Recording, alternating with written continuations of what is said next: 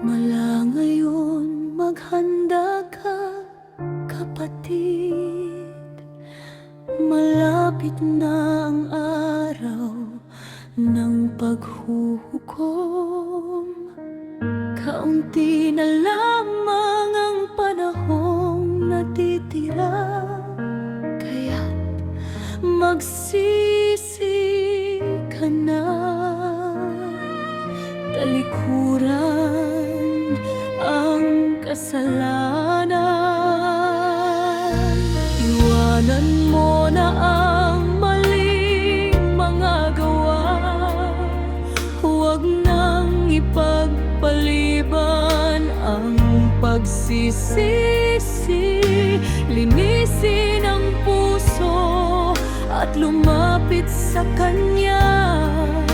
Buong puso kang manumbalik kay Yahweh.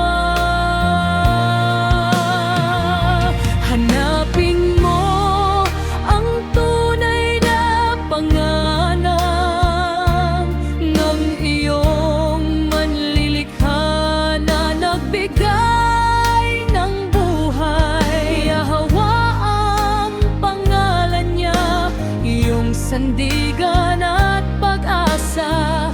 Sa Kanyang landas tayo'y bumalik na. Huwag hayaang mundo ang umagaw sa puso mo. Huwag mong ipagpalit ang buhay na walang hanggan. Sundin ang Kaniyang mga kautusan